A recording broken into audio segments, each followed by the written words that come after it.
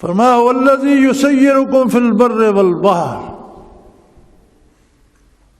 یہ تم دنیا پہ سیر و سیاحت کرتے ہو، کاروبار کرتے ہو، آتے جاتے ہو، دور دراز کے سفر کرتے ہو، خشکی میں، تری میں، سمندروں کے سینے چیر جاتے ہو، ہواؤں میں اڑتے پھرتے ہو، فجر اس ملک میں پڑھتے ہو اور ظہر کسی دوسرے ملک میں پڑھتے ہو اور عصر کسی تیسرے ملک میں پڑھتے ہو،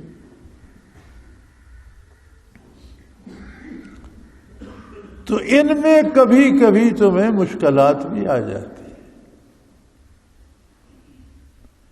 حتیٰ اذا کنتم فی الفلک، جب کبھی تم کسی بحری جہاز میں ہوتے ہو، وجرین بہم بریح طیبہ، اور بڑی مزیدار ہوا کے، پاکیزہ ہوا کے جھونکے اسے اڑائے لیے جا رہے ہوتے ہیں، تو تم کتنے خوش ہوتے ہو، وفرحوا بہا، تم انجوائے کرتے ہو، خوش ہوتے ہو، سمندر کی لہروں کو دیکھتے ہو، دور دور تک نظر مختلف آبی جانور نظر آتے ہیں، تم سیر کر رہے ہوتے ہو، خوش ہو رہے ہوتے ہو، کبھی عرشے پہ بیٹھتے ہو، کبھی کمرے میں جاتے ہو۔ جاءتھا ریح عاصف، اچانک ہوا بدل جاتی ہے، مخالف ہو جاتی ہے، تیز ہو جاتی ہے، اور جب ہوا تیز ہوتی ہے وجاءہم الموج من کل مکان، تو سمندر میں پہاڑوں جیسی لہریں اٹھنے لگ جاتی ہیں، اور ہر طرف سے، چاروں طرف سے تمہارے جہاز کو تنکے کی طرح اڑانے لگ جاتی ہیں، ادھر سے اٹھاتی ہیں ادھر پٹک دیتی ہیں، ادھر سے اٹھاتی ہیں ادھر، تمہارے ہر طرف موت کی تاریکی چھا جاتی ہے۔ وہ زندگی کی بہاریں، وہ جو تم بڑے ذوق سے انجوائے کر رہے تھے، دیکھ رہے تھے، خوش ہو رہے تھے، وہ سب کچھ ایک دم چلا جاتا ہے، اور موت کی تاریکی ہر طرف پھیل جاتی ہے، بڑی بڑی لہریں منہ اٹھائے تمہیں نگلنے کو دوڑتی ہیں، اور جہاز کو تنکے کی طرح اٹھا کر پھینک دیتی ہیں۔ وَظَنُّوا أَنَّهُمْ أُحِيطَ بِهِمْ، اور اس وقت تو تمہارا دل کہتا ہے کہ اب موت آ گئی، اب ہم پکڑے گئے، اب ہم گھیرے گئے، اب بچنے کی کوئی امید نہیں۔ دعوا اللہ مخلصین لہ الدین، اس وقت اللہ کو وحدہ لا شریک کو کتنے خلوص سے پکارتے۔ گناہگار تو گناہگار، کافر بھی پکار اٹھتا ہے کہ اے وہ جس نے یہ کائنات بنائی ہے، مجھے یہاں سے بچا لے۔ ہوائی جہاز پہ سفر کرتے ہیں، زندگی بھر ہم نے بھی سفر کیے، راستے میں جب وہ کہتے ہیں وہ ہوا اوپر نیچے ہوتی ہے، ٹربولنس آ کے وہ 100 فٹ ایک دم نیچے چلا جاتا ہے، نیچے سے ہوا اٹھاتی ہے، اوپر چلا جاتا ہے، آدمی ادھر سے ادھر پٹکتا ہے، ادھر سے ادھر پٹکتا ہے، کبھی آکسیجن بند ہو جاتی ہے جی، پھر وہ ماسک سے آ جاتے ہیں، وہ لگایا ہوا ہوتا ہے، تو جس نے زندگی میں بھی کلمہ نہ پڑھا اسے بھی کلمہ یاد آ جاتا ہے، اسے بھی دعائیں یاد آ جاتی ہیں جس نے کبھی زندگی میں قبلے کی طرف منہ نہ کیا ہو۔ کافر بھی اس وقت دنیاوی طاقتوں کو بھول کر اسی غیبی قوت کو پکارنا شروع کر دیتا ہے جو عالم الغیب ہے، جو حاضر و ناظر ہے، جو ہر چیز پہ قادر ہے، کہ یہاں سے تو ہی مجھے بچا سکتا ہے۔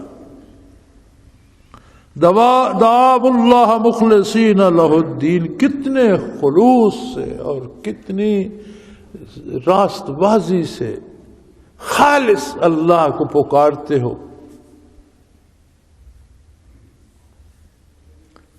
اور اس وقت کہہ اٹھتے ہو لئن انجیتنا من ہذہ لنکونن من الشاکرین، اس مصیبت سے آج تو ہمیں بچا لے، اب تو نے بچا لیا تو باقی زندگی صرف تیرا شکر ادا کرنے میں بسر کرے۔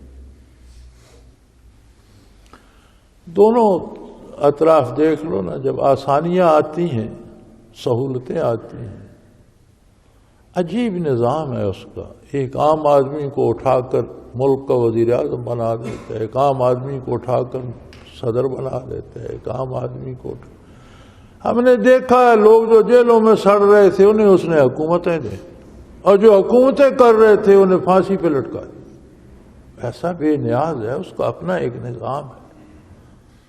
جو کہتے تھے میری کرسی بہت مضبوط ہے وہ پھانسی پر جھول رہے تھے، اور جو جیلوں میں پڑے سڑ رہے تھے وہ حکومت کر رہے ہیں، ایوان صدارت میں بیٹھے۔ کمال ہے اس کا اپنا ایک نظام ہے، اس کی اپنی ایک تدبیر ہے، کس کو کب کہاں رکھتا ہے۔ تو انسان اتنا تو کرے، جب مصیبت آئے تو اللہ کو پکارے، جب آسانی آئے تو اس کا احسان یاد کرے۔ یہی اصول تصوف میں بھی ہے۔ اللہ کریم کسی کو قلب روشن عطا کر دے، دل روشن عطا کر دے، اللہ کریم کسی کو مراقبات و منازل عطا کر دے، تو اسے اس پہ نہیں اکڑ جانا چاہیے کہ میں بہت پارساں ہوں، میرے بڑے منازل ہیں۔ نہیں، اسے شکر ادا کرنا چاہیے کہ میں تو کچھ بھی نہیں، اللہ تو کتنے احسان فرما رہا ہے۔ اور پھر یہ بھی یاد رکھو کہ کبھی یہ سارے منازل چھل بھی سکتے ہیں، ایک غلطی پر، ایک غلط جملے پر، ایک غلط قدم پر سب کچھ چھن جاتا ہے۔ بہت نازک معاملہ ہے۔ جب وہ آسانیاں عطا کرتا ہے تو اس کا شکر ادا کرنا چاہیے، اور جب تنگی ترشی مشکلات آتی ہیں تو اسی کو فرمایا تنگی میں تو سب پکار لیتے ہیں، جب آسانیاں دیتا ہوں پھر بگڑ جاتے ہیں، پھر انہیں وہ یاد نہیں رہتا۔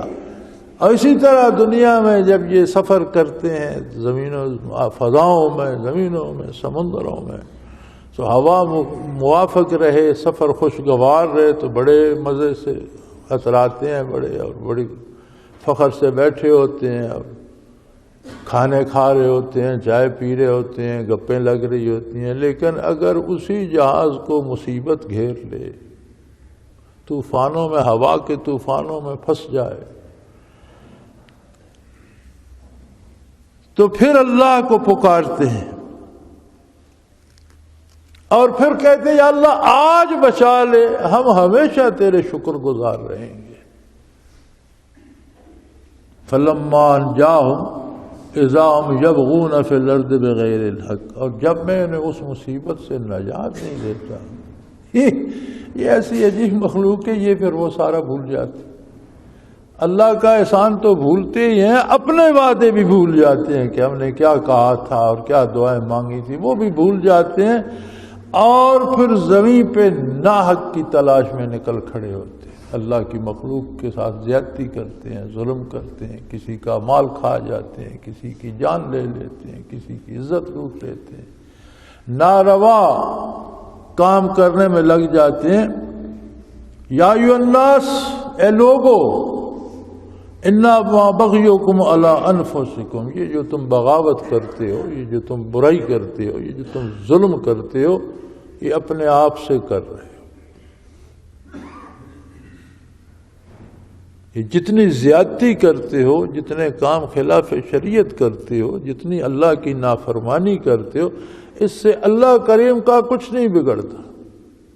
ساری مخلوق ولی اللہ ہو جائے تو اللہ کی شان بڑھ نہیں جاتی، ساری مخلوق اس کا انکار کر دے تو اس کی شان میں کمی نہیں ہوتی۔ انسانی اعمال اس کی ذات کو متاثر نہیں کرتے، بلکہ لوٹ کر انسان کے اپنے اوپر آتے ہیں۔ تو یہ جو تم زیادتی کر رہے ہو، یہ اپنے آپ کے ساتھ کر رہے ہو۔ انما بغیکم علی انفسکم، یہ ساری زیادتی تم اپنے آپ کے ساتھ کر رہے ہو۔ متاع الحیات الدنیا، چند روزہ کھیل ہے دنیا کا، تمہیں دولت مل گئی، حکومت مل گئی، عہدہ مل گیا، جائیداد مل گئی، لیکن کل جب موت آئے گی، نہ حکومت ہوگی تمہارے پاس، نہ جائیداد ہوگی، نہ زمینیں جاگیریں ہوں گی۔ شاید اللہ کو منظور ہو تو کفن بھی ملے، ورنہ کتنے بغیر کفن کے بھی رل جاتے ہیں زمین میں۔ یہ بھی قسمت ہے کہ اسے 4-6 فٹ قبر کا ٹکڑا مل جائے، کتنے بغیر قبر کے رل جاتے ہیں۔ متاع الحیات الدنیا، یہ وقتی اور لمحاتی بات ہے۔ جب تک دنیا کی زندگی ہے تب تک یہ دولت ہے، متاع ہے، اس کا ساز و سامان ہے۔ ثم الینا مرجعکم، دنیا کی زندگی ختم ہوگی تمہیں میری بارگاہ میں حاضر ہونا پڑے.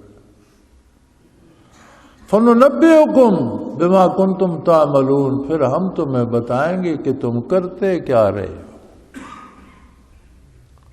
سوال تو یہ تھا کہ جب حاضر ہوں گے تو پوچھا جائے کہ کیا کرتے ہو. فرمایا نہیں، ہمیں پوچھنے کی ضرورت نہیں ہے، جو کچھ تم کرتے ہو ہمارے سامنے ہو رہا، ہم دیکھ رہے ہیں، ہمارے علم میں ہے.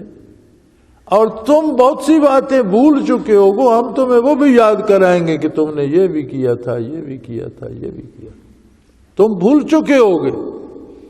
موت کی تلخی سے گزرتے ہوئے بہت سی چیزیں بھول جائیں گی، دنیا کے عیش و عشرت میں بہت سی باتیں بھول جائیں گی، نزا کے وقت نزا کی سختی بہت سی باتیں بھلا دے گی. لیکن جب میری بارگاہ میں آؤ گے تو میں تمہیں ایک ایک بات یاد دلاؤں گا کہ تم نے یہ بھی کہا تھا، تم نے یہ بھی کیا تھا.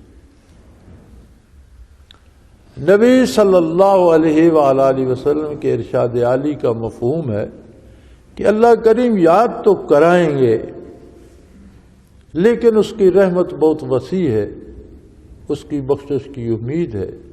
وہ ساری باتیں یاد کرا دے، کہہ دے کہ تو نے تو یہ بھی کیا، یہ بھی کیا، یہ بھی کیا، جا میں نے تجھے معاف کیا. تو وہ کریم ہے، اس کا کرم ہے. صرف وہی لوگ نجات پائیں گے جنہیں وہ کہہ دے کہ میں نے تجھے معاف کیا. جس سے پوچھ لیا کہ یہ کیوں کیا تھا، حضور فرماتے ہیں اس کا بچنا مشکل، اسے سزا بھگتنی ہوگی. کیونکہ بندے کے پاس اپنے کسی کام کا کوئی جواز نہیں ہے کہ وہ اللہ کی نافرمانی کرے اور اپنی مرضی کرے. اگر کسی پر یہ سوال ہو گیا کہ تم نے یہ کیوں کیا تھا، حضور فرماتے ہیں وہ سزا بھگتے گا، وہ نہیں بچ سکتا. یہ اس کا کرم ہے کہ یاد دلا کر بھی معاف کر دے، نہ یاد دلائے کسی کو ویسے معاف کر دے تو وہ کریم ہے، اس کے کرم کی کوئی انتہا نہیں. لیکن جنہیں یہ خیال ہے کہ باتیں چھپ جائیں گی، فرمایا چھپیں گی نہیں، سامنے ہوں.